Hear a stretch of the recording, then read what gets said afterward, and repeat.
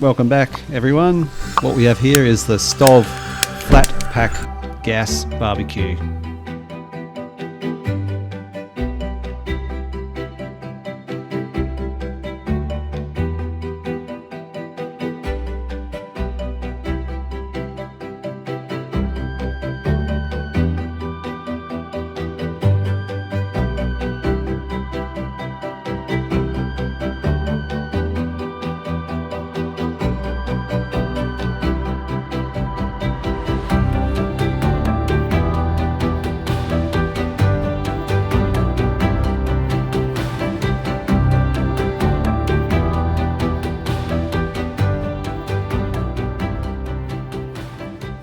When I first opened this stove, the first thing that I got me was the thickness and the quality of the actual grill plate itself. You can see the thickness there. I'm hoping you can. But basically, this is the box that it comes in. As you can see here, everything's packed in paper and cardboard, which is biodegradable, and there's plenty of instructions and plenty of information provided. This is the optional windshield. Each part of the stove, which is 304 stainless steel, is well protected with layers of paper between each layer. This is the bag that it comes supplied with. There's side panels, there's a grill, Australian gas certified hose, gas burner. In our current situation here, this is a perfect situation for the stove because it's been raining on and off and all our timber's wet. So lighting a fire, it's just been smoky and it's near impossible to cook with. I'm not going to bore you too much with the assembly process because it does come with clear instructions. The only thing to note is this base plate or grease tray that I'm putting in now. It needs to be assembled in a V position.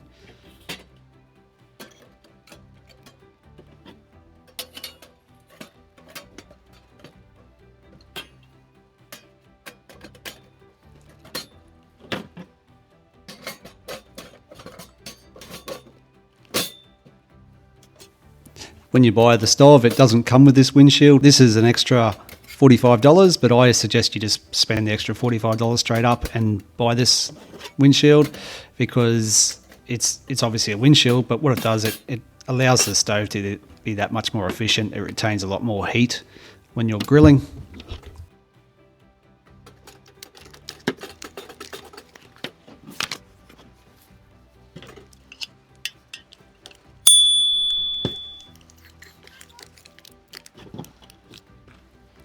Turn the valve on. In this instance, I had about 5 wet matches I couldn't light. That's why when you turn the gas on, you need to light it straight away. The stove comes with a heavy duty carry bag, which opens up. You can use it as a, you can use the bag as a collector for all your fat and oil. I prefer not to because then otherwise I've got to clean the bag or use some foil or whatever you want to put underneath it. Cleaning the bag, just use warm soapy water. I wouldn't put it in a washing machine or anything. You wouldn't want to subject it to the heat or the manipulation of a washing machine. But just, yeah, warm soapy water cleans that out. While on the subject of cleaning, the rest of the stove I put in the dishwasher except the grill, which has got a bamboo handle and should be washed by hand. I'll give it a quick scrape and then use steel wool in hot soapy water. And if you're out camping, you just clean the whole lot by hand. So the stove uses about 145 grams per hour. I think that's on the maximum setting. This canister here is about 460 grams and it should last you over 3 hours. If you're using these canisters, the bigger one's probably the most economical one to use. A friend of mine who borrowed this stove was actually using, I've just got some adapters here that he used. He used these propane. He reckons this worked really well, especially in cold weather. It didn't tend to ice up as much as the butane.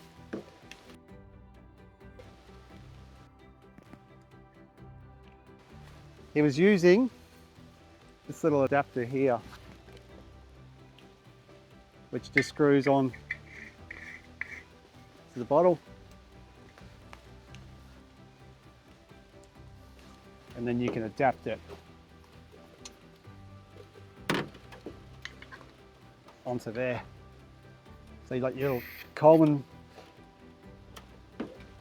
you can get these cheaper ones from Bunnings. They're a Coleman copy. He did say that this one here wasn't very good, wasn't really worth using. Just to re-emphasize that, in the instructions for the stove, it says not to use any adapters like these.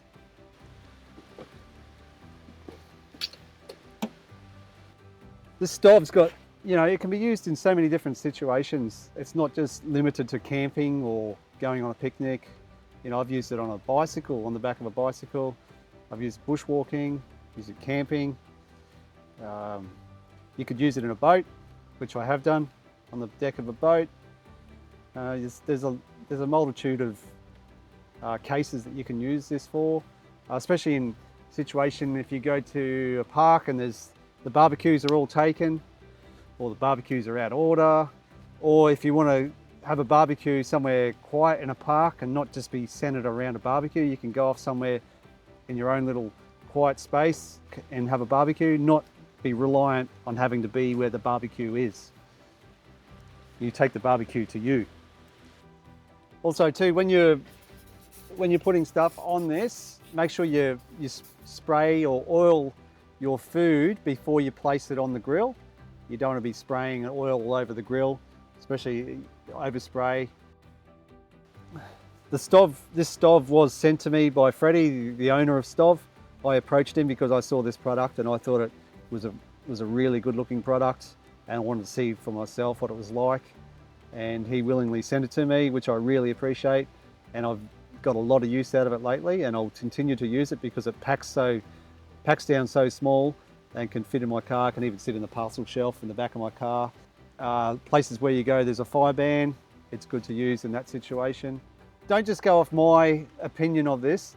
I'll leave some links, but the product reviews and Google reviews, there's plenty of people that have sent in photos and written well documented reviews. So they're not paid reviews. So just to verify and ease your mind, I'll leave those links in the description to double check those reviews, because there is a lot of good positive reviews out there, and my review is positive. The only downside with this stove is if you're in a really, really windy conditions, it can take away the heat. But my barbecue at home, it's a big gas barbecue. If it's really windy, a really, really cold, windy night, that does have an effect on the barbecue. So, just be mindful of that and protect it from the really strong winds. So I think any gas or any cooking appliance is going to suffer from strong winds. This stove originated around the time of COVID. Freddie, the founder of STOV, he came up with the idea of the stove around COVID.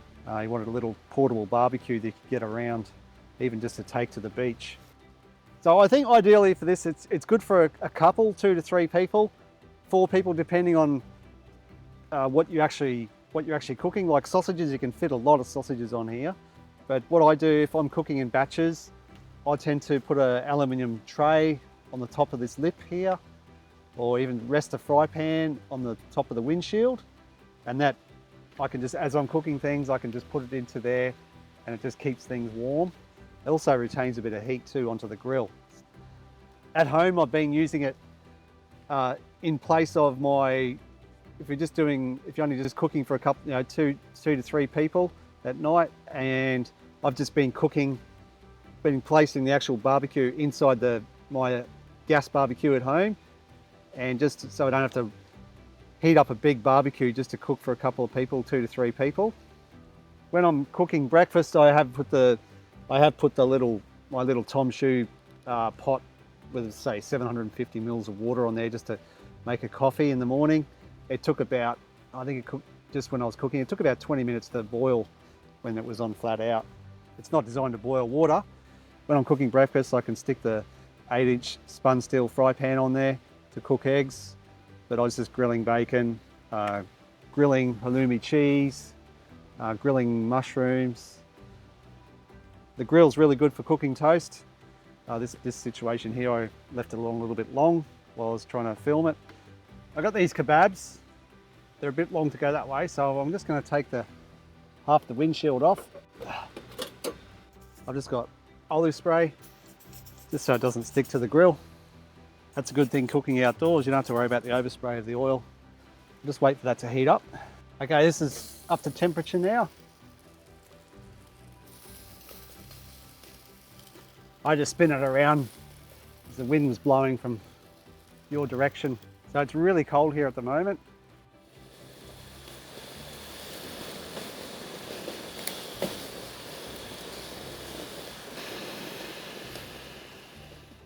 Where the gas hose connects at that end is the hottest part, and then it gets less and less heat as you go up here, because that's the end of the line.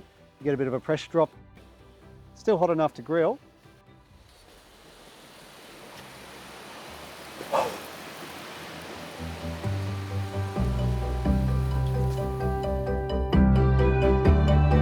Anyway, thanks for watching. I'll see you on the next one.